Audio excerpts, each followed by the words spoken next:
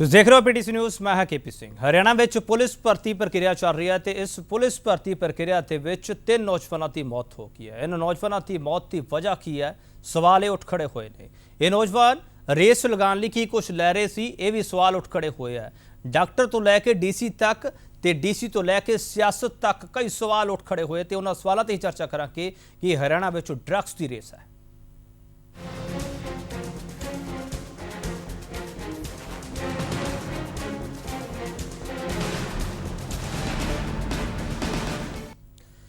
इस पूरे मुद्दे नूं शुरू करन तो पहला उत्थों के डॉक्टर कुरुक्षेत्र थे, वो की कह रहा है तो कुरुक्षेत्र डीसी साहब की कह रहे हैं। पहला वो सुनते हैं, उस तो बाद चर्चा की तवांगे।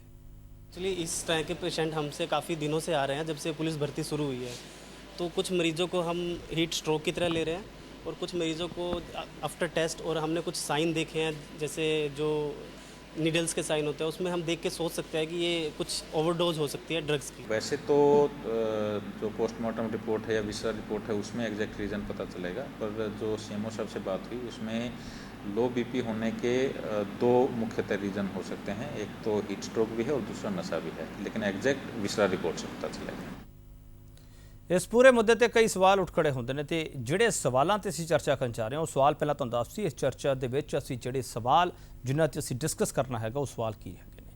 हरियाणा विच पुलिस भर्ती प्रक्रिया विच 3 नौजवानों की मौत दा जिम्मेवार कौन है, ये बहुत अहम सवाल हैगा ते इस सवाल ते चर्चा स्थापित है कि पुलिस भर्ती प्रक्रिया वेले ही शक होया कि हरियाणा के नौजवान ड्रग्स लैंदे ने, उस तो पहला लैंदे सी नहीं लैंदे सी, उन्हां बारे क्यों नहीं पता लगा। दवाइयां दे अनेका रैपर भर्ती वाली थां ते मिले ने, वो किस दी नाकामी वाल इशारा करते हैं। सवाल यह भी है कि हरियाणा में पाबंदीशुदा ड्रग आसानी नाल मिल रही ने, सवाल यह भी है। पुलिस भर्ती प्रक्रिया में फिजिकल टेस्ट तो पहला मैडिकल टेस्ट होना चाहिए, सवाल यह भी है।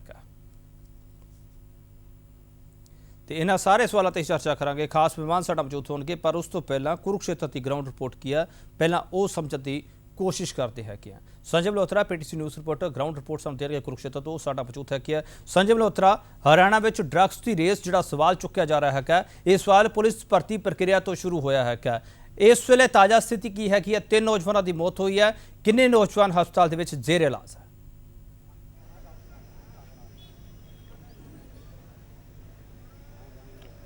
बिल्कुल केपी, इस वक्त असी कुरुक्षेत्र दे विच मौजूद हाँ, जिथे भर्ती की प्रक्रिया चल रही है। करीब पिछले 2 हफ्ते तो यह प्रक्रिया इत्थे चल रही हैगी। 15 जून तो यह प्रक्रिया शुरू हुई सी और उस तो बाद 3 ਜਿਹੜੇ नौजवानों की मौत तो बाद पूरा का पूरा मसला ਜਿਹੜਾ पक गया है। हालांकि रोज़ाना इत्थे ਮੰਨਿਆ ਜਾ ਰਿਹਾ, जो इत्थों के नौजवानों के वालों ही कहना है, 15 तो 20 तक नौजवान जोड़े ने इस दौड़ दे विच जदों हिस्सा लैंदे हैगे ने ते उस तो बाद वो गिर जाते हैं, बेहोश हो जाते हैं। उन्होंने खराब हालत दे विच उन्होंने हॉस्पिटल दे विच भर्ती कराना पै रहा है और जिहदे पिछे 2 ही मुख्य कारण जिहड़े वो नज़र आ रहे हैं, या तो हीट स्ट्रोक है जिवें कि डॉक्टर नाल भी तुहाडी गलबात हुई, या इस तो अलावा ये भी हो सकता है कि किते ना किते कुछ नौजवान जिहड़ा ना वो जिहड़ियां मैडिसिनस हैगियां ने, जिहड़ियां दवाइयां आम दवाइयां हैगियां ने, उन्हां दी दुरवरतों कर रहे हैगे ने। इत्थे जो असी अजे तक वेख्या, अज सानूं सारा दिन इत्थे बिताउण दा मौका मिलिया। इत्थे जगह जगह ते हालांकि बहुत वड्डी गिनती विच नौजवान इत्थे मौजूद हैगे ने। रोज़ाना 15-20 हज़ार नौजवानों नूं ਜਿਹੜੇ ਇੱਥੇ ਪਹੁੰਚ ਰਹੇ ਹੈਗੇ ਨੇ और ਉਹਨਾਂ ਦੇ ਫਿਜ਼ੀਕਲ ਫਿਟਨੈਸ ਟੈਸਟ ਲੈਣ ਦੀ ਕੋਸ਼ਿਸ਼ ਕੀਤੀ ਜਾ ਰਹੀ ਹੈਗੀ ਹੈ। ਲੇਕਿਨ ਇਸ ਪੂਰੇ ਇਲਾਕੇ ਦੇ ਵਿੱਚ ਜਦੋਂ ਅਸੀਂ ਘੁੰਮ ਕੇ ਦੇਖਿਆ, ਜਗ੍ਹਾ ਜਗ੍ਹਾ ਦਵਾਈਆਂ ਦੇ ਰੈਪਰ और इस तरह की ट्यूब्स, ये चीज़ां जिहड़ियां ने सानूं इत्थे विखरियां होईयां मिलियां। हालांकि ये आम दवाइयां हैगियां ने जिहड़ियां कैमिस्ट शॉप तो मिल जांदियां ने, मिलनियां नहीं चाहिदियां, डॉक्टर की प्रिस्क्रिप्शन नाल ही मिलनियां चाहिदियां ने, लेकिन उस दे बावजूद भी ये दवाइयां आसानी नाल मिल जांदियां हैगियां ने। और ज़्यादातर इन्हां विचों पेन किलर अजिहियां हैगियां ने जिन्हां दा एक्सटर्नल यूज़ है, यानी कि उन्होंने तुसीं अपनी बॉडी के उपर लगाउण वास्ते इस्तेमाल करते हैगे हो। लेकिन जो सानू खबर मिल रही ने, ये जो सूत्रां के हवालियां तो सानू खबर मिल रही ने, इसका दूसरी तरह भी ओरली भी इसका इस्तेमाल किया जाता है, जिहदी वजह से संजय मल्होत्रा, मैं तरीका नहीं जानना चाहता कि किस तरीके नाल दवाइयां इस्तेमाल की जांदियां। मेरा सवाल है क्योंकि असीं तरीका नहीं दस सकते, क्योंकि होर नौजवान भी इस प्रोग्राम को देख रहे होणगे। साडा सवाल हैगा, जिहड़ियां दवाइयां तुसीं गल कर रहे हो, जिहड़ियां दवाइयां लगाण वालियां हैगियां बाहरी हिस्से ते शरीर ते, वो दवाइयां खादियां जा रही, उन्हां दा सेवन उस तरीके नाल कीता जा रहा है जिस तरीके का सेवन ना कोई डॉक्टर दसदा, ना दुनिया की कोई होर मैडिकल साइंस की किताब दसदी है।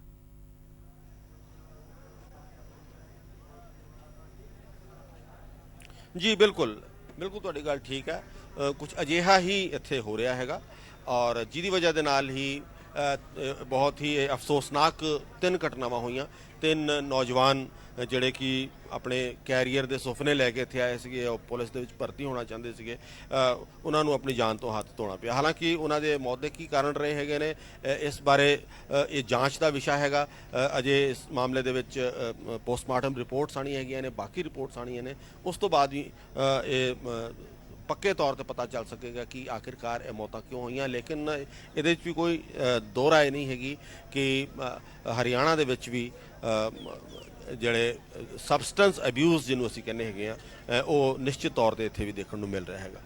ਸੰਜੇ ਮਲਹੋਤਰਾ, ਇੱਕ ਹੋਰ ਚੀਜ਼ ਮੈਂ ਜਾਣਨਾ ਚਾਹੂੰਗਾ, ਜੇ ਉੱਥੇ ਦਵਾਈਆਂ ਦੇ ਰੈਪਰ ਤੁਸੀਂ ਕਹਿ ਰਹੇ ਹੋ ਦਿਖ ਰਹੇ ਹੈ ਕਿ ਤਸਵੀਰਾਂ ਵੀ ਤੁਸੀਂ ਸਾਡੇ ਕੋਲ ਭੇਜੀਆਂ ਹੈ ਕਿ ਇੰਜੈਕਸ਼ਨ ਉੱਥੇ ਦਿਖ ਰਹੇ ਆ, ਸਾਰੀਆਂ ਚੀਜ਼ਾਂ ਦਿਖ ਰਹੀਆਂ, ਇਸ ਦੇ ਵਿੱਚ ਇਕੱਲੇ ਨੌਜਵਾਨਾਂ ਦਾ ਕਸੂਰ ਹੈ ਜਾਂ ਹਰਿਆਣਾ ਪੁਲਿਸ ਦੀ ਨਾਕਾਮੀ ਵੀ ਹੈ ਕੀ ਹੈ? ਉੱਥੇ ਡਿਊਟੀ ਵੀ ਲੱਗੀ ਹੋਗੀ ਕਈ ਅਫਸਰਾਂ ਦੀ, ਉਹਨਾਂ ਨੇ ਕੀ ਚੈੱਕ ਕੀਤਾ ਹੈਗਾ ਕਿ ਨੌਜਵਾਨਾਂ ਕੋਲੇ ਕੀ ਹੈਗਾ? ਇਸ ਵਿੱਚ ਹਰਿਆਣਾ ਪੁਲਿਸ ਵੀ ਜ਼ਿੰਮੇਵਾਰ ਨਹੀਂ ਹੈਗੀ? ਸੰਜੇ ਮਲਹੋਤਰਾ,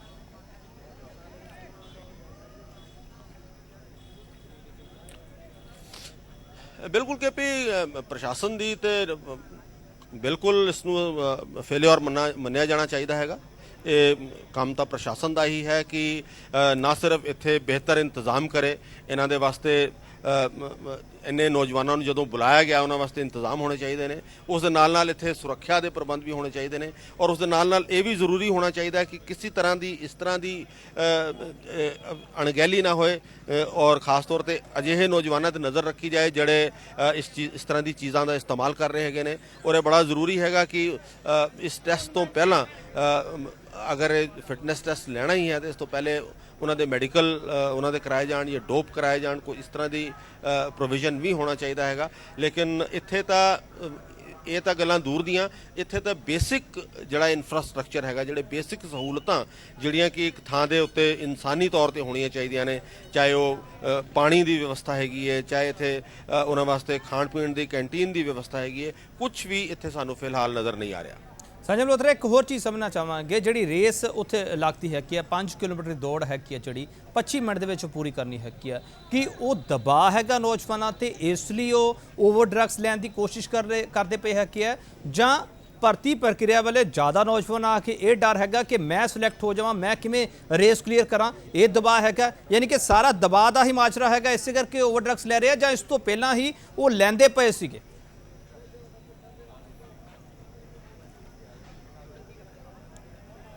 ਬਿਲਕੁਲ, ਜਿੱਥੋਂ ਤੱਕ ਇਸ ਭਰਤੀ ਪ੍ਰਕਿਰਿਆ ਦਾ ਸਵਾਲ ਹੈ, ਦਬਾਅ ਨਿਸ਼ਚਿਤ ਤੌਰ ਤੇ ਹਰ ਨੌਜਵਾਨ ਦੇ ਉੱਤੇ ਹੈਗਾ।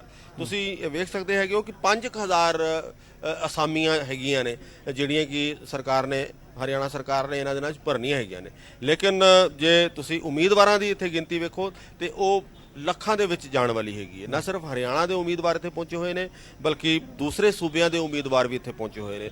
ਰਾਜਸਥਾਨ ਤੋਂ, ਉੱਤਰ ਪ੍ਰਦੇਸ਼ ਤੋਂ, ਪੰਜਾਬ ਤੋਂ, ਬਾਕੀਆਂ ਥਾਵਾਂ ਤੋਂ ਵੀ ਇੱਥੇ ਕੈਂਡੀਡੇਟਸ ਜਿਹੜੇ ਨੇ ਉਹ ਪਹੁੰਚੇ ਹੋਏ ਨੇ ਤੇ ਨਿਸ਼ਚਿਤ ਤੌਰ ਤੇ ਉਹਨਾਂ ਤੇ ਦਬਾਅ ਹੈਗਾ, ਕੰਪੀਟੀਸ਼ਨ ਦੇ ਵਿੱਚ ਅੱਗੇ ਵਧਣ ਦਾ ਦਬਾਅ ਹੈ। ਤੇ ਉਹਦੇ ਵਾਸਤੇ ਜੋ ਵੀ ਉਪਰਾਲਾ ਉਹ ਕਰ ਸਕਦੇ ਹੈਗੇ ਨੇ ਉਹ ਕਰਨ ਦੀ ਕੋਸ਼ਿਸ਼ ਹੋ ਰਹੀ ਹੈਗੀ ਹੈ ਔਰ ਨਿਸ਼ਚਿਤ ਤੌਰ ਤੇ ਪਰ ਇਹਦੇ ਨਾਲ ਨਾਲ ਇਹ ਵੀ ਇਸ ਗੱਲ ਤੋਂ ਵੀ ਇਨਕਾਰ ਨਹੀਂ ਕੀਤਾ ਜਾ ਸਕਦਾ ਕਿ ਜਿਹੜੇ ਇਸ ਤਰ੍ਹਾਂ ਦੀਆਂ ਡਰੱਗਸ ਦੀ ਜਿਹੜੀ ਆਦਤ ਹੈ ਉਹ ਵੱਧ ਰਹੀ ਹੈਗੀ ਹੈ, ਖਾਸ ਤੌਰ ਤੇ ਨੌਜਵਾਨ ਤਬਕੇ ਵਿੱਚ। ਨੌਜਵਾਨ ਸੰਜੇ ਮਲਹੋਤਰਾ, ਮੈਂ ਇਸ ਚਰਚਾ ਨੂੰ ਅੱਗੇ ਵਧਾਉਣਾ ਚਾਹੁੰਦਾ, ਪਰ ਮੈਂ ਇੱਕ ਆਖਰੀ ਸਵਾਲ ਜ਼ਰੂਰ ਕਰਨਾ ਚਾਹੁੰਦਾ।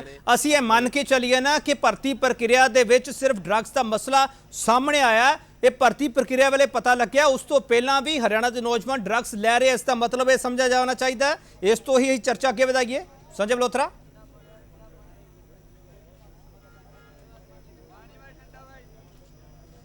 ਹਾਂ, ਇਸ ਭਰਤੀ ਪ੍ਰਕਿਰਿਆ ਤੋਂ ਇਹ ਮਸਲਾ ਜਿਹੜਾ ਇੱਕਦਮ ਸਾਹਮਣੇ ਆ ਗਿਆ। ਅਜੇ ਤੱਕ ਇਹ ਮਸਲਾ ਜਿਹੜਾ ਸੀਗਾ ਚਰਚਾ ਦਾ ਵਿਸ਼ਾ ਨਹੀਂ ਸੀਗਾ।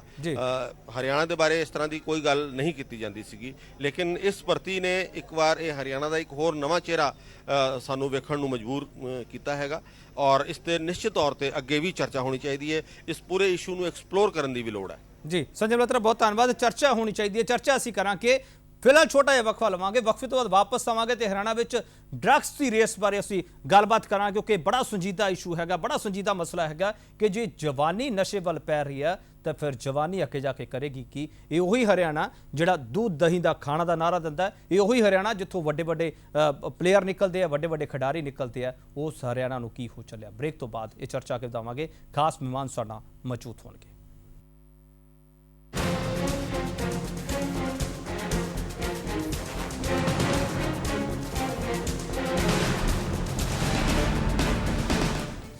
ब्रेक तो बाद तुहाडा स्वागत है। चर्चा कर रहे हैं हरियाणा में ड्रग्स की रेस है, तो एक जोड़े सवाल है कि वो एक बार तुहानूं दस दी, उस तो बाद चर्चा के दौरान खास मेहमान साडा मौजूद होणगे। हरियाणा पुलिस भर्ती प्रक्रिया में 3 नौजवानों की मौत का जिम्मेवार कौन है? कि पुलिस भर्ती प्रक्रिया वेले शक होया कि हरियाणा के नौजवान ड्रग्स लैंदे ने, बहुत वड्डा सवाल है। भर्ती वाली थां ते मिले दवाइयां दे अनेकां रैपर किस दी नाकामी वाल इशारा करते हैं कि हरियाणा में पाबंदीशुदा ड्रग्स आसानी नाल मिल रही ने, यह बहुत वड्डा सवाल है। पुलिस भर्ती प्रक्रिया में फिजिकल टैसट तो पहला मैडिकल टैसट होना चाहिए, यह सवाल भी वड्डा है। तो इन्हां सारे सवालों चर्चा कराएं। खास मेहमान साडा मौजूद होणगे जवाहर यादव ਜਿਹੜੇ ਬੁਲਾਰੇ ਨੇ हरियाणा भाजपा ਤੇ ਚੰਗਾ ਤਜਰਬਾ ਰੱਖਦੇ ਨੇ ਸਿਆਸਤ ਦੇ ਵਿੱਚ, ਤੇ ਇਹਨਾਂ ਨੂੰ ਚੰਗੀ ਤਰ੍ਹਾਂ ਸਮਝ ਹੈਗੀ ਹੈ ਹਰਿਆਣਾ ਕਿਸ ਪਾਸੇ ਵੱਲ ਜਾ ਰਿਹਾ ਹੈ। ਜਵਾਹਰ यादव ਤੁਹਾਡਾ ਬਹੁਤ ਬਹੁਤ ਸਵਾਗਤ ਹੈ। ਵੀਕੇ ਕਪੂਰ ਸਾਬਕਾ ਏਡੀਜੀਪੀ ਨੇ ਹਰਿਆਣਾ ਦੇ, ਪੁਲਿਸ ਭਰਤੀ ਪ੍ਰਕਿਰਿਆ ਕਿਵੇਂ ਹੁੰਦੀ ਹੈ ਤੇ ਪੁਲਿਸ ਭਰਤੀ ਪ੍ਰਕਿਰਿਆ ਵਾਲੇ ਕੀ ਕੁਝ ਕਰਨਾ ਪੈਂਦਾ ਹੈਗਾ, ਇਹ ਕਪੂਰ ਸਾਹਿਬ ਤੋਂ ਸਮਝਣ ਦੀ ਕੋਸ਼ਿਸ਼ ਕਰਾਂਗੇ। ਕਪੂਰ ਸਾਹਿਬ ਤੁਹਾਡਾ ਬਹੁਤ ਸਵਾਗਤ ਹੈ।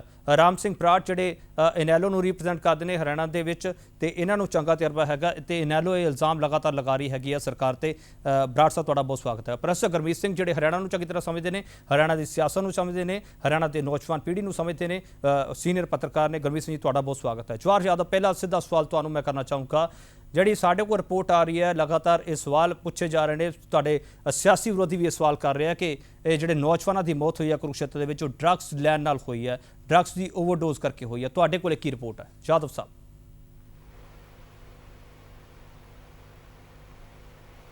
देखिए, सबसे पहले तो जो 3 लोग मारे गए हैं, हमारी उस परिवार के प्रति सहानुभूति है जी। निश्चित रूप से अभी तो विसरा रिपोर्ट आनी है, विसरा रिपोर्ट के आने के बाद पता चलेगा कि उन्होंने किस दवाई का सेवन किया था जिसके कारण उनकी मृत्यु हुई। परंतु जैसा दिखाया जा रहा है, हरियाणा में ड्रग्स की वो स्थिति नहीं है जो शायद कहीं अन्य प्रदेश में होगी। हमारे यहाँ ये उस तरह के ड्रग्स नहीं है कि व्यक्ति कोई अफीम लेता हो, गांजा लेता हो, स्मैक लेता हो। ये विद्यार्थी जो प्रसारित थे, जो पुलिस भर्ती प्रक्रिया में शामिल होना चाहते थे, उन्होंने ऐसी दवाइयों का सेवन किया जो उनकी ऊर्जा बढ़ा देती है। ये उस तरह का नशे का व्यापार नहीं है जिसको आप स्मैक गांजा मानते हैं। ये उन्होंने वो दवाइयां ली जो कुछ समय के लिए उनकी ऊर्जा शक्ति को बढ़ा देती है। तो ये वो युवक नहीं थे जो अन्य प्रांतों में चलता होगा कि व्यक्ति नशे का आदी है। ये नशे के आदी नहीं थे, इन्होंने गलत तरीका अपनाया पुलिस भर्ती की प्रक्रिया में अपने आप को पास करने का, जो अनैतिक था। तो निश्चित रूप से अनैतिक रास्ता उनको अपनाना नहीं चाहिए था, और इसका खामियाजा ये हुआ कि देश ने अपने 3 बेटे खो दिए। और जहां तक जैसे ही ये हरियाणा सरकार के ध्यान में आया, इसके संज्ञान में आया, तो निश्चित रूप से इस पर अनेकों फैसले लिए गए। पर साथ में मुझे आपके, क्योंकि मैं देख नहीं पा रहा, शायद आपने इसमें एडीजीपी कपूर साहब को भी जोड़ा हुआ है जी जी। तो इस विषय को वो ज्यादा विस्तार से रख सकते हैं। परंतु अगर पॉलिटिकल विषय बताना हो तो मैं ये बता सकता हूं, ये वो चीज नहीं है जो अन्य प्रांतों में चलती होगी कि वहां का यूथ नशे की गिरफ्त में है। ये तो उन्होंने केवल अनैतिक रास्ता अपनाया जो वास्तव में गलत है। मैं उसका खंडन करता हूं कि पुलिस में भर्ती प्रक्रिया में शामिल, उसका एक कारण मुझे यह भी समझ में आता है, इससे पहले आज तक हरियाणा में कभी पारदर्शी पुलिस प्रक्रिया अपनाई नहीं गई।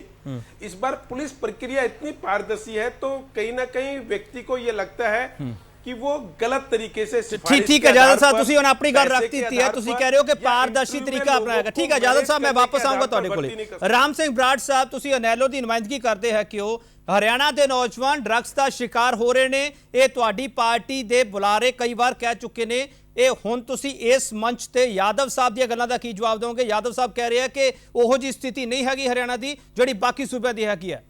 बराड़ साहब,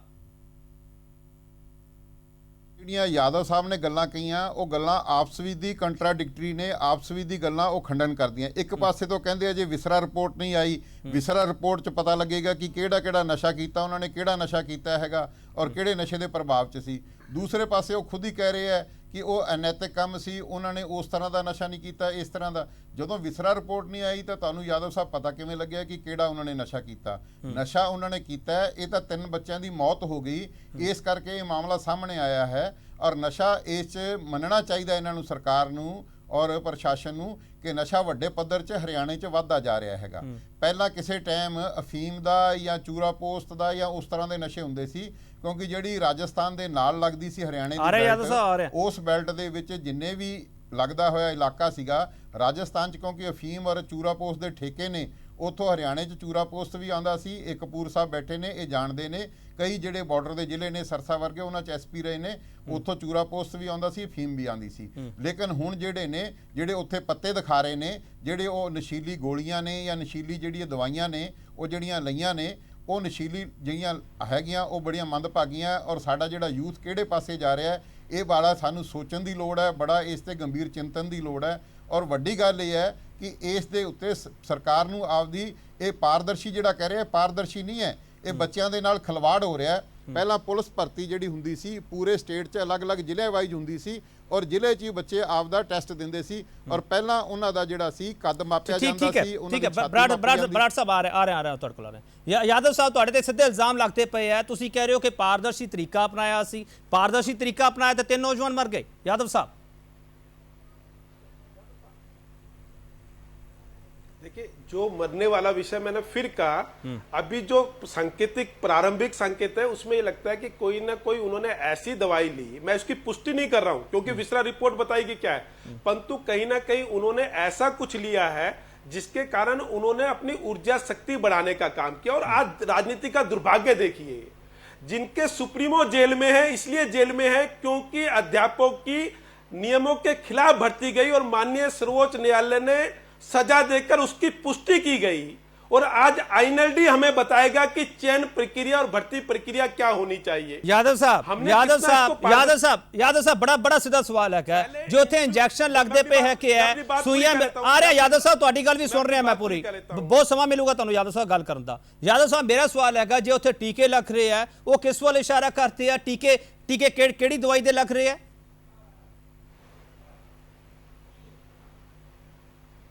देखिए, मैं ये कह रहा हूं कि मैं इस चीज का एक्सपर्ट नहीं हूं। कहीं ना कहीं मैंने तो अपने खुद कहा वो दवाई कोई भी है उसका उपयोग नहीं होना चाहिए था जो इन लोगों ने किया, परंतु दवाई का रूप क्या है, दवाई का प्रकार क्या है, दवाई लेने से क्या होता है, इसकी जानकारी मुझे नहीं है क्योंकि नशा मैंने कभी देखा नहीं। और बराड़ साहब का ये अनुभव है क्योंकि इनकी सरकार रही है, तो इन्होंने बता दिया कि कैसे कैसे किस प्रकार का नशा होता था, कैसे वो आता था। हमारी सरकार का भी ऐसा कोई अनुभव है नहीं और ना हमारे विधायकों को पता, ना ਤੁਸੀਂ ਸਿਆਸੀ ਹਮਲਾ ਕਰ ਸਕਦੇ ਹੋ। यादव साहब ठीक है, मैं कपूर साहब ਨੂੰ ਵੀ ਜੋੜਨਾ ਚਰਚਾ ਦੇ ਵਿੱਚ, ਪ੍ਰੋਫੈਸਰ ਗੁਰਮੀਤ ਸਿੰਘ ਨੂੰ ਵੀ ਜੋੜਨਾ ਆ ਰਿਹਾ। यादव साहब ਆਉਂਗਾ ਤੁਹਾਡੇ ਕੋਲ ਆਉਂਗਾ। ਕਪੂਰ ਸਾਹਿਬ, ਮੈਂ ਤੁਹਾਡੇ ਤੋਂ ਸਵਾਲ ਕਰਨਾ ਚਾਹੁੰਦਾ ਸੀਗਾ। यादव साहब ਕਹਿ ਰਹੇ ਆ ਕਿ ਕਪੂਰ ਸਾਹਿਬ ਨੂੰ ਜ਼ਿਆਦਾ ਤਜਰਬਾ ਹੈਗਾ, ਬਰਾੜ ਸਾਹਿਬ ਵੀ ਇਹ ਗੱਲ ਕਹਿ ਰਹੇ ਕਪੂਰ ਸਾਹਿਬ ਨੂੰ ਜ਼ਿਆਦਾ ਤਜਰਬਾ ਹੈਗਾ। ਕਪੂਰ ਸਾਹਿਬ, ਹਰਿਆਣਾ ਵਿੱਚ ਇਹ ਡਰੱਗਸ ਆ ਰਹੀ ਹੈ ਤੇ ਕਿੱਥੋਂ ਆ ਰਹੀ ਹੈ, ਦਾ ਰਸਤਾ ਕਿਹੜਾ ਹੈਗਾ ਕਪੂਰ ਸਾਹਿਬ? ਉਹ ਇਦਾਂ ਹੈ ਜੀ ਕਿ ਮੈਂ ਸਾਰੇ ਜ਼ਿਲ੍ਹਿਆਂ 'ਚ ਨੌਕਰੀ ਕਰ ਚੁੱਕਾ, ਸਰਸੇ ਵੀ ਔਰ ਉਹਦੇ ਵੀ ਜੀ। ਇਹ ਜਿਹੜੇ ਪੰਜਾਬ ਦੇ ਨਾਲ ਲੱਗਦੇ ਨੇ, ਉਦੋਂ ਮੈਂ ਅੱਜ ਤੋਂ 30-32 ਸਾਲ ਦੀ ਗੱਲ ਕਰ ਰਿਹਾ ਹੈਗਾ, ਉਦੋਂ ਵੀ ਇਹ ਅਫੀਮ ਭੁੱਕੀ ਵਗੈਰਾ ਚੱਲਦੀ ਹੁੰਦੀ ਸੀਗੀ, ਇਹ ਸੀਗੀ ਆਮ। ਤੇ ਉਹ ਹੁਣ ਹੌਲੀ ਹੌਲੀ, ਕਿਉਂਕਿ ਸਾਡੇ ਨਾਲ ਦਿੱਲੀ ਵੀ ਬੜੀ ਲੱਗਦੀ ਹੈ, ਹੁਣ ਸਿੰਥੈਟਿਕ ਡਰੱਗਸ ਆਉਣੀਆਂ ਸ਼ੁਰੂ ਹੋ ਗਈਆਂ। ਮਗਰ ਇਹ ਮੈਂ ਠੋਕ ਕੇ ਕਹਿ ਸਕਦਾ ਕਿ ਹਰਿਆਣੇ ਦੀ ਯੂਥ ਹਾਲੇ ਡਰੱਗ ਐਡਿਕਟ ਨਹੀਂ ਹੋਈ, ਕਿਉਂਕਿ ਦੇਖੋ ਜਿੰਨੇ ਮੈਡਲ ਲੈ ਕੇ ਆਏ ਉਹ ਹਰਿਆਣੇ ਦੇ ਮੁੰਡੇ ਲੈ ਕੇ ਆ ਰਹੇ ਨੇ, ਔਰ ਇਸ ਕਰਕੇ ਹੋ ਸਕਦਾ ਉਹ ਥੋੜਾ ਜਿਹਾ ਇੱਕ ਜਨਰਲ ਇੰਪ੍ਰੈਸ਼ਨ ਕਪੂਰ ਸਾਹਿਬ ਇੱਕ ਕੰਟਰਾਡਿਕਟਰੀ ਹੋ ਸਕਦਾ ਹੈ। ਅਸੀਂ ਪੂਰੇ ਹਰਿਆਣੇ ਨੂੰ ਬਲੇਮ ਨਹੀਂ ਕਰ ਸਕਦੇ, ਠੀਕ ਹੈ ਤੁਸੀਂ ਕਹਿ ਰਹੇ ਹੋ ਕਪੂਰ ਸਾਹਿਬ, ਫਿਰ ਅਸੀਂ ਪੂਰੇ ਪੰਜਾਬ ਨੂੰ ਬਲੇਮ ਕਿਉਂ ਕਰ ਰਹੇ ਹੋ? ਪੰਜਾਬ ਦੇ ਪਲੇਅਰ ਵੀ ਮੈਡਲ ਲੈ ਕੇ ਆਉਂਦੇ ਆ, ਪੰਜਾਬ ਦੇ ਪਲੇਅਰ ਵੀ ਅੱਗੇ ਜਾਂਦੇ ਆ, ਪੰਜਾਬ ਦੇ ਹੋਰ ਬੰਦੇ ਵੀ ਉੱਚੇ ਅਹੁਦਿਆਂ ਤੇ ਬੈਠੇ ਆ, ਫਿਰ ਅਸੀਂ ਪੰਜਾਬ ਨੂੰ ਕਿਉਂ ਬਲੇਮ ਕਰਦੇ ਹੋ ਜੇ ਹਰਿਆਣਾ ਨੂੰ ਨਹੀਂ ਅਸੀਂ ਬਲੇਮ ਕਰ ਰਹੇ ਪੂਰੇ ਨੂੰ? ਕਪੂਰ ਸਾਹਿਬ ਤੁਸੀਂ ਗੱਲ ਤਾਂ ਸੁਣੋ ਮੇਰੀ ਜੀ, ਉਹ ਮੇਰੀ ਗੱਲ ਤਾਂ ਸੁਣੋ। ਮੈਂ ਪੰਜਾਬ ਨੂੰ ਬਲੇਮ ਨਹੀਂ ਕਰ ਰਿਹਾ, ਮੈਂ ਪੰਜਾਬ ਨੂੰ ਬਿਲੋਂਗ ਕਰਦਾ, ਕਾਡਰ ਮੇਰਾ ਹਰਿਆਣਾ, ਮੈਂ ਪੰਜਾਬੀ ਹੈਗਾ। ਉਹ ਮੈਂ ਦੇਖਦਾ ਕਿ ਪੰਜਾਬ ਹੌਲੀ ਹੌਲੀ ਹਰਿਆਣੇ ਨੇ ਮੈਡਲ, ਮੈਂ ਸਿਰਫ ਗੱਲ ਕਰ ਰਿਹਾ ਮੈਰਿਟ ਦੇ ਉੱਤੇ ਗੱਲ ਕਰ ਰਿਹਾ, I am talking like a professional. ਉਹ ਮੈਂ ਗੱਲ ਕਰ ਰਿਹਾ ਇਸ ਯੂਥ ਦੇ ਵਿੱਚ ਥੋੜੀ ਜਿਹੀ, ਹੁਣ ਪਹਿਲਾਂ ਤਾਂ ਕੁੜੀਆਂ ਵੀ ਲੈਣ ਲੱਗ ਗਈਆਂ ਨੇ, ਮੈਨੂੰ ਪਤਾ ਹੈਗਾ ਇਹ, ਮਗਰ ਉਹ ਇਦਾਂ ਹੈ ਕਿ ਹਰਿਆਣੇ ਦੀ ਕੰਪੈਰੀਟਿਵਲੀ ਘੱਟ ਸੀਗੀ, ਕੰਪੈਰੀਟਿਵਲੀ ਮੈਂ ਕੰਪੈਰੀਟਿਵ ਗੱਲ ਕਰ ਰਿਹਾ ਹੈਗਾ। ਹੁਣ ਹਰਿਆਣੇ ਦੇ ਨੌਜਵਾਨ ਡਰੱਗਸ ਲੈ ਰਹੇ ਕਿ ਨਹੀਂ ਲੈ ਰਹੇ ਕਪੂਰ ਸਾਹਿਬ? ਬਹੁਤ ਰਹੀ ਹੈਗੀ ਹਾਂਜੀ, ਉਹ ਮੈਂ ਇਹੀ ਕਹਿੰਦਾ ਕਿ ਹੁਣ ਹੌਲੀ ਹੌਲੀ ਵੱਧ ਗਈ ਹੈ, ਮਗਰ ਉਹਦੇ 'ਚ ਉਹ ਕਈਆਂ ਨੂੰ ਇੰਪ੍ਰੈਸ਼ਨ ਇਹ ਹੋ ਜਾਂਦਾ ਕਿਉਂਕਿ ਮੀਡੀਆ ਵੀ ਲੈਂਦਾ ਕਿ ਜੀ ਤੁਸੀਂ ਉਹ ਠੀਕ ਹੈ। ਜਿਹੜੀ ਡਰੱਗ ਖਾ ਕੇ ਭੱਜੇ ਨੇ ਇੱਥੇ ਠੀਕ ਹੈ ਕਪੂਰ ਸਾਹਿਬ। ਪ੍ਰੋਫੈਸਰ ਗੁਰਮੀਤ ਸਿੰਘ, ਪਹਿਲਾਂ ਮੰਨਿਆ ਜਾਂਦਾ ਫਿਰ ਘੁਮਾਇਆ ਜਾਂਦਾ ਫਿਰ ਮੰਨਿਆ ਜਾਂਦਾ। ਮੇਰਾ ਸਵਾਲ ਇਹ ਹੈ ਗੁਰਮੀਤ ਸਿੰਘ ਤੁਹਾਡੇ ਤੋਂ ਕਿ ਹਰਿਆਣਾ ਦੀ ਨੌਜਵਾਨ ਪੀੜ੍ਹੀ ਅੱਜ ਦੀ ਤਰੀਕ ਵਿੱਚ ਕਿੱਥੇ ਜਾ ਰਹੀ ਹੈ? ਤੁਹਾਡਾ ਚਸ਼ਮਾ ਕਿਸ ਤਰੀਕੇ ਨਾਲ ਦੇਖਦਾ ਹੈ ਇਸ ਨੌਜਵਾਨ ਪੀੜ੍ਹੀ ਨੂੰ? 3 ਨੌਜਵਾਨ मरे हैं, थोड़े नहीं होंगे। बिल्कुल आप बात ठीक कह रहे हो। देखो, पहली बात तो इस घटना को लाइटली नहीं लेना चाहिए, हल्के से नहीं लेना चाहिए। दूसरी बात, हमें इस कंपटीशन में नहीं पड़ना चाहिए कि किस राज्य में ज़्यादा है किस राज्य में कम है। अगर आज हमारे प्रदेश के 3 बच्चों की जान गई है तो ये बहुत बड़ी घटना। गुरमीत सिंह जी, यही गल मैं राम सिंह बराड़ जी नूं कह रहे हैं, यही गल मैं जवाहर यादव जी नूं कह रहे हैं कि असी कंपैरिजन ना करिए, असी आपदे सूबे वाल देखिए उत्ते की हो रहा है। कंपैरिजन करने की जरूरत नहीं है। अगर 3 बच्चों की देखिए जान गई है, उसको बल्कि हम इस तरह से लें कि ये खतरे की घंटी है, ये एक सिग्नल है सरकार के लिए, प्रशासन के लिए, एक सामाजिक स्तर पर भी। इसमें कोई एक आदमी की जिम्मेदारी नहीं है। युवा पीढ़ी की जो तमाम समस्याएं हैं आज के युग में, जो स्ट्रेस है, जो अनएम्प्लॉयमेंट है, उन सब चीजों से ये चीजें जुड़ी हुई हैं और वो जो भटकाव है उसको रोकने के लिए प्रयास किए जाने चाहिए। दूसरी बात, जब आप जानते हैं कि हरियाणा की सीमाएं और राज्यों से भी मिलती हैं, तो आप अगर बिल्कुल उसे खारिज करेंगे, नो डाउट हरियाणा के बच्चों ने मेडल ज़्यादा लिए हैं या हरियाणा के बच्चे, चंडीगढ़ पुलिस में भी जब भर्ती होती है, बराड़ साहब को पता होगा, हमारे साथ जनसत्ता में पहले जब ये पुलिस कवर करते थे तो पहले पंजाब और हरियाणा का रेशियो जो है वो बराबर होता था। अब हरियाणा के बच्चे ज़्यादा हैं, लेकिन ये केवल हमारे लिए तसल्ली की बात नहीं है। तसल्ली की बात है कि एक बहुत बड़ी घटना सामने आई है और जिस तरह के ड्रग्स है, जो शॉट्स दिख रहे हैं, पता नहीं जवाहर जी को वो दिख रहे हैं या नहीं दिख रहे वहां पर, वो जिस तरह के जो रैपर हैं, जिस तरह के बॉटल्स हैं, जिस तरह की और चीजें क्रीम्स पड़ी हैं, वो सारी चीजें बहुत ज्यादा ठीक है। प्रोफेसर गुरमीत सिंह, बहुत अहम बिंदु ਤੁਸੀਂ ਚੱਕੇ ਹੈ ਕਿ ਅਸੀਂ ਬਹੁਤ ਪਾਰਦਰਸ਼ਤਾ ਤਰੀਕੇ ਨਾਲ ਗੱਲ ਕਰਨੀ ਹੈ ਕਿ ਜਵਾਹਰ ਯਾਦਵ ਸਾਹਿਬ, ਮੈਂ ਬ੍ਰੇਕ ਤੋਂ ਬਾਅਦ ਵਾਪਸ ਆਉਂਗਾ ਤੁਹਾਡੇ ਕੋਲ। ਬਰਾੜ ਸਾਹਿਬ, ਬ੍ਰੇਕ ਤੋਂ ਬਾਅਦ ਵਾਪਸ ਆ ਰਹੇ ਹਾਂ। ਹਰਿਆਣਾ ਦੇ ਵਿੱਚ ਡਰੱਗਸ ਇਸ ਤੋਂ ਪਹਿਲਾਂ ਐਂਟਰ ਹੋ ਚੁੱਕੀਆਂ ਸੀ, ਅੱਜ ਦੀ ਤਾਰੀਖ ਵਿੱਚ ਹੀ ਨਹੀਂ, ਪੁਲਿਸ ਭਰਤੀ ਪ੍ਰਕਿਰਿਆ ਵਿੱਚ ਇਹ ਪਤਾ ਲੱਗਿਆ। ਇਹ ਸਵਾਲ ਵੱਡਾ ਹੈਗਾ, ਪਰ ਡਰੱਗਸ ਇਸ ਤੋਂ ਪਹਿਲਾਂ ਹੀ ਦਾਖਲ ਉੱਤੇ ਹੋ ਚੁੱਕੀਆਂ ਨੇ। ਇਹ ਸਵਾਲ ਇਸ ਲਈ ਚਰਚਾ ਦਾ ਵਿਸ਼ਾ ਸ਼ੁਰੂ ਹੋਇਆ ਕਿ ਪੁਲਿਸ ਭਰਤੀ ਪ੍ਰਕਿਰਿਆ ਦੇ ਵਿੱਚ 3 ਨੌਜਵਾਨਾਂ ਦੀ ਮੌਤ ਹੁੰਦੀ ਹੈ ਤੇ ਸਵਾਲ ਇਹ ਉੱਠ ਖੜਾ ਹੋਇਆ ਕਿ ਅਸੀਂ ਇਸ ਤੇ ਗੰਭੀਰਤਾ ਨਾਲ ਸੋਚਣ ਦੀ ਬਜਾਏ ਅਸੀਂ ਇਹ ਕਿਉਂ ਦੇਖ ਰਹੇ ਹਾਂ ਕਿ ਆਸ-ਪਾਸ ਸੂਬਿਆਂ ਵਿੱਚ ਕੀ ਹੋ ਰਿਹਾ, ਸਾਡੇ ਸੂਬੇ ਵਿੱਚ ਕੀ ਹੋ ਰਿਹਾ। ਸਵਾਲ ਇਹ ਹੈ ਤੇ ਇਸੇ ਸਵਾਲ ਤੇ ਵਾਪਸ ਆ ਰਹੇ ਹਾਂ। ਖਾਸ ਮਹਿਮਾਨ ਸਾਡੇ ਨਾਲ ਮੌਜੂਦ ਰਹਿਣਗੇ।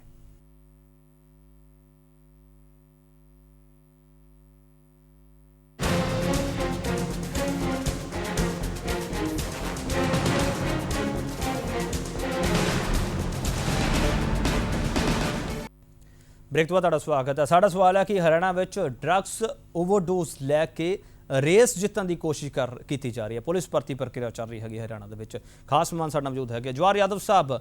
जिन्ने भी पैनलिस्ट है उन्होंने एक गल कही है कि एक गंभीर विषय है, सानू गंभीरता नाल सोचने की जरूरत है कि असीं ये एडमिट क्यों नहीं करते पे कि साडी जवानी हुण गलत रस्ते ते जा रही है, सानू संजीदा होने की लोड़ है। यादव साहब, तुसीं एडमिट करो कि असीं कोशिश करांगे, रोकांगे इन्हां सारी चीज़ां नूं। यादव साहब,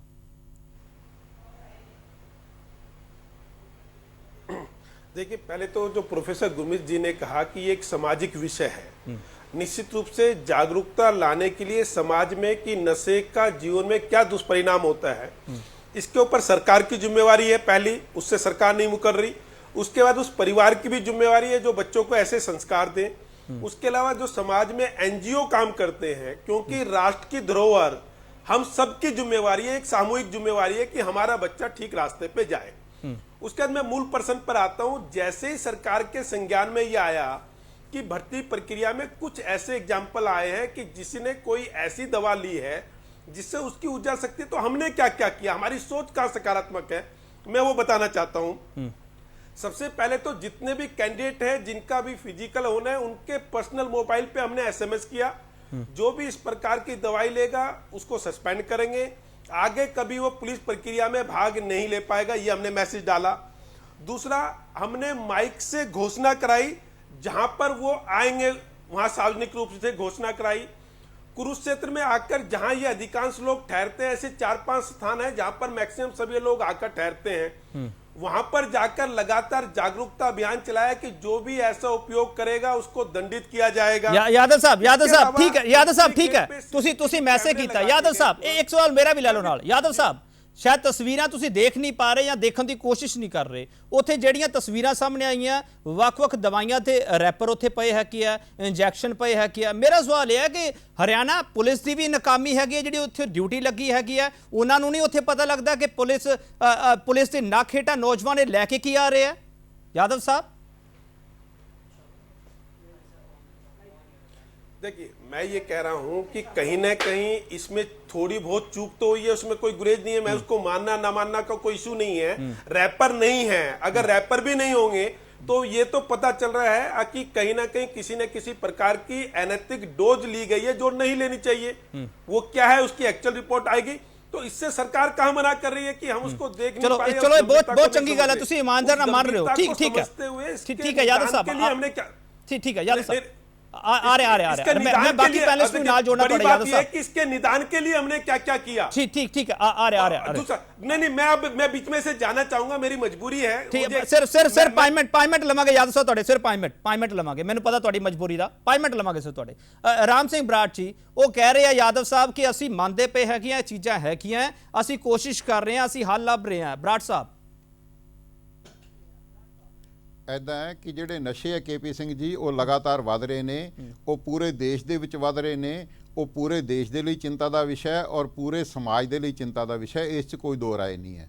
ਔਰ ਇਹ ਜਿਹੜਾ ਹੈ यादव ਸਾਹਿਬ ਜਿਹੜਾ ਬਾਰ-ਬਾਰ ਕਹਿ ਰਿਹਾ ਕਿ ਅਸੀਂ ਪਾਰਦਰਸ਼ੀ ਤਰੀਕੇ ਨਾਲ ਕਰ ਰਹੇ ਹਾਂ, ਅਸੀਂ ਇਹ ਕਰ ਰਹੇ ਹਾਂ ਜਾਂ ਦੂਜਿਆਂ ਤੇ ਲਾਂਛਨ ਲਾਣਾ, ਇਹ ਲਾਂਛਨ ਲਾਣ ਦੀ ਬਜਾਏ ਆਪਦੇ ਅੰਦਰ ਝਾਕ ਲੈਣ। ਦੂਜਿਆਂ ਨੇ ਤਾਂ ਨੌਕਰੀਆਂ ਦਿੱਤੀਆਂ, ਇਹਨਾਂ ਨੇ ਤਾਂ ਨੌਕਰੀਆਂ ਤੋਂ ਗੈਸਟ ਟੀਚਰਾਂ ਨੂੰ ਵੀ ਕੱਢਿਆ, ਕੰਪਿਊਟਰ ਟੀਚਰਾਂ ਨੂੰ ਕੱਢਿਆ, ਪਰ ਉਸ ਗੱਲ ਤੇ ਨਾ ਆ ਕੇ ਮੈਂ ਜਿਹੜੇ ਨਸ਼ੇ ਉੱਥੇ ਫੜੇ ਗਏ ਨੇ, ਨਸ਼ਿਆਂ ਨਾਲ 3 ਬੱਚਿਆਂ ਦੀ ਤਾਂ ਮੌਤ ਹੋਈ ਹੈ ਔਰ ਇਹ ਬਹੁਤ ਦੁਰਭਾਗਿਆਪੂਰਨ ਹੈ, ਬੜਾ ਅਨਫੋਰਚੂਨੇਟ ਹੈ। ਔਰ ਉੱਥੇ ਹੋਰ ਕਿੰਨੇ ਬੱਚੇ ਪ੍ਰਭਾਵਿਤ ਹੋਣਗੇ ਜਿਹੜੇ ਹਸਪਤਾਲਾਂ 'ਚ ਬਿਮਾਰ ਹੈ।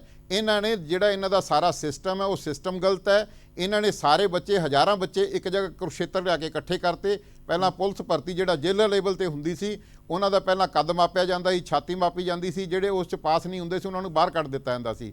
ਇਹ ਬਜਾਏ ਟਰੈਕ ਤੇ ਉਹਨਾਂ ਨੂੰ ਦੌੜ ਲਵਾਉਣ ਦੇ, ਉਹਨਾਂ ਨੂੰ ਪੱਕਿਆਂ ਫਰਸ਼ਾਂ ਤੇ ਪੱਕੀਆਂ ਸੜਕਾਂ ਤੇ ਦੌੜ ਲਵਾ ਰਹੇ ਨੇ। ਗਰਮੀ ਦੇ ਵਿੱਚ ਉਹਨਾਂ ਦਾ ਠਹਿਰਨ ਦਾ ਇੰਤਜ਼ਾਮ ਨਹੀਂ ਹੈ, ਰਾਤ ਨੂੰ ਸੜਕਾਂ ਦੇ ਕਿਨਾਰੇ ਬੱਚੇ ਸੌਂ ਰਹੇ ਨੇ ਔਰ ਉਹਨਾਂ ਨੂੰ ਕਿੱਦਾਂ ਦੇ ਨਸ਼ੇ ਉਹ ਕਰ ਰਹੇ ਨੇ। ਇਹਨਾਂ ਦਾ ਕੋਈ ਸਾਰਾ ਕੰਟਰੋਲ ਨਹੀਂ ਹੈ। ਇਹਨਾਂ ਨੂੰ ਆਪਦੀ ਜਿਹੜੀ ਹੈ ਉਹ ਬਿਲਕੁਲ ਜਿਹੜੀ ਫੇਲੀਅਰ ਹੈ ਉਹ ਮੰਨ ਲੈਣੀ ਚਾਹੀਦੀ ਹੈ ਔਰ ਇਸ ਨੂੰ ਸਾਰੀ ਨੂੰ ਭਰਤੀ ਨੂੰ ਜ਼ਿਲ੍ਹਾ ਲੈਵਲ ਤੇ ਕਰਵਾਉਣੀ ਚਾਹੀਦੀ ਹੈ। ਇੱਕ ਜਿਹੜਾ ਸਿਸਟਮ ਹੁੰਦਾ ਸੀ, ਇਹ ਜਿਹੜਾ ਪਾਰਦਰਸ਼ਤਾ ਨਹੀਂ ਹੈ, ਇਹ ਪਾਰਦਰਸ਼ਤਾ ਜੇ ਹੁੰਦੀ ਤਾਂ ਜ਼ਿਲ੍ਹਾ ਲੈਵਲ ਤੇ ਵੀ ਪਾਰਦਰਸ਼ਤਾ ਹੋ ਸਕਦੀ ਹੈ। ਨਸ਼ਿਆਂ ਦਾ ਔਰ ਪਾਰਦਰਸ਼ਤਾ ਦਾ। ठीक है बराड़ साहब आऊंगा ਤੁਹਾਡੇ ਕੋਲ मैं। यादव साहब एक बहुत अहम सवाल है यादव साहब। उठना चाहूंगा मैं, उत्तर दे के उठना चाहूंगा।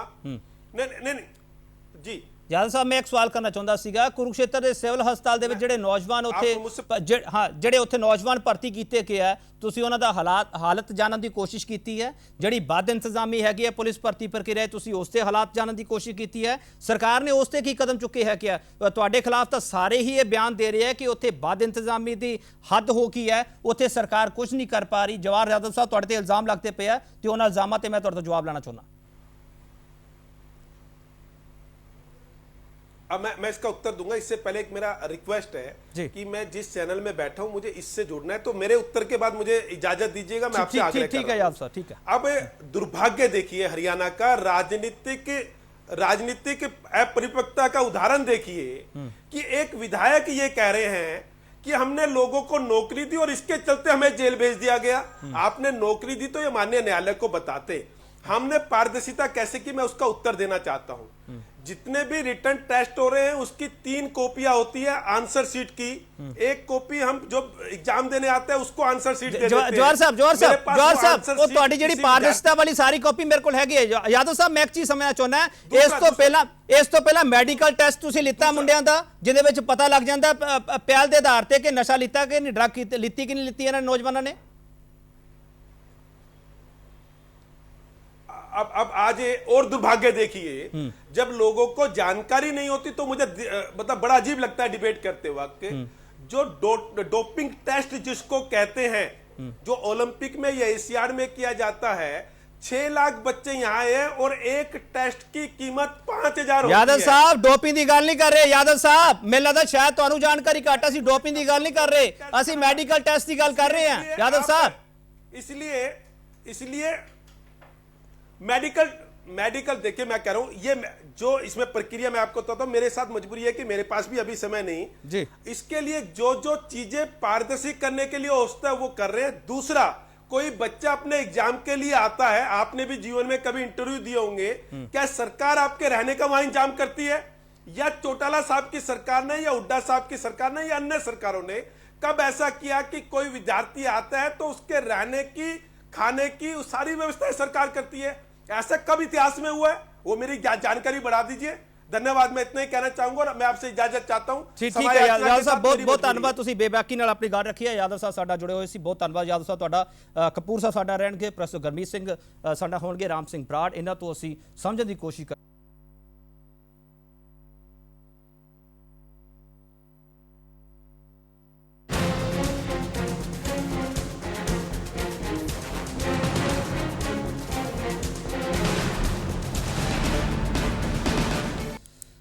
ब्रेक तो बाद ਤੁਹਾਡਾ ਸਵਾਗਤ ਹੈ। ਅਸੀਂ ਚਰਚਾ ਕਰ ਰਹੇ ਹਾਂ ਹਰਿਆਣਾ ਵਿੱਚ ਡਰੱਗਸ ਦੀ ਰੇਸ ਲਗਾਈ ਜਾ ਰਹੀ ਹੈਗੀ। ਖਾਸ ਮਹਿਮਾਨ ਸਾਡਾ ਮੌਜੂਦ ਹੈ ਕਿ ਜਵਾਹਰ ਯਾਦਵ ਸਾਹਿਬ ਇਸ ਤੋਂ ਪਹਿਲਾਂ ਸਾਡਾ ਮੌਜੂਦ ਸੀ, ਉਹਨਾਂ ਨੂੰ ਕਿਤੇ ਹੋਰ ਜ਼ਰੂਰੀ ਡਿਬੇਟ ਦੇ ਵਿੱਚ ਬੈਠਣਾ ਹੈਗਾ, ਉੱਥੇ ਚਲੇ ਗਏ ਨੇ। ਬਹੁਤ ਧੰਨਵਾਦ ਉਹਨਾਂ ਦਾ, ਇੱਕ ਵਾਰ ਫਿਰ ਕਰਦੇ ਹਾਂ। ਕਪੂਰ ਸਾਹਿਬ ਤੇ ਪ੍ਰੋਫੈਸਰ ਗੁਰਮੀਤ ਸਿੰਘ। ਕਪੂਰ ਸਾਹਿਬ, ਜਵਾਹਰ ਯਾਦਵ ਸਾਹਿਬ ਇਹ ਕਹਿ ਕੇ ਗਏ ਆ ਕਿ ਸਰਕਾਰ ਆਪਣੇ ਵੱਲੋਂ ਪੂਰੀ ਕੋਸ਼ਿਸ਼ ਕਰ ਰਹੀ ਹੈ, ਸਾਰੇ ਇੰਤਜ਼ਾਮ ਉੱਥੇ ਹੈ ਕਿ ਹੈ, ਪਰ ਜੋ ਸਾਡੇ ਕੋਲ ਸਾਰੀਆਂ ਰਿਪੋਰਟਸ ਹੈਗੀਆਂ ਉੱਥੇ ਇਹ ਕਿਹਾ ਜਾ ਰਿਹਾ ਕਿ ਵੱਧ ਇੰਤਜ਼ਾਮੀ ਹੈ ਕੀ ਹੈ। ਉਹ ਕਹਿ ਰਹੇ ਕਿ ਪਾਰਦਰਸ਼ਤਾ ਨਾਲ ਅਸੀਂ ਸਾਰਾ ਕੁਝ ਕਰ ਰਹੇ ਹੈ ਕਿ ਉੱਥੇ ਪੱਕੀਆਂ ਸੜਕਾਂ ਤੇ ਮੁੰਡਿਆਂ ਨੂੰ ਦੜਾਇਆ ਜਾ ਰਿਹਾ। ਇਹ ਕਿਹੋ ਜਿਹੇ ਟ੍ਰਾਇਲ ਹੋ ਰਿਹਾ ਹਰਿਆਣਾ ਦੇ ਵਿੱਚ? ਕਪੂਰ ਸਾਹਿਬ, ਤੁਸੀਂ ਤਾਂ ਚੰਗੀ ਤਰ੍ਹਾਂ ਜਾਣਦੇ ਹੋ ਪੁਲਿਸ ਭਰਤੀ ਪ੍ਰਕਿਰਿਆ ਕਿਵੇਂ ਹੁੰਦੀ ਹੈ।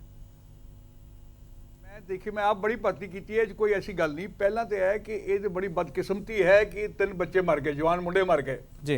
वो इदा है कि हौली हौली इस वे प्रॉब्लम जी हैगी है कि साड़ी यूथ ड्रग्स वाल जा रही है जी। तो ये बहुत ही बदकिस्मती है कि 3 जवान मुंडे मर गए। अच्छा, जो तुम इन्ने बच्चों को बुलाने हो तो उन्हें इंतजाम तो करना ही चाहिए। थोड़ा पता कि 10,000 12,000 15,000 बंदे आ रहे हैं तो उन्हें सारे इंतजाम तो करना ही चाहिए हैगा।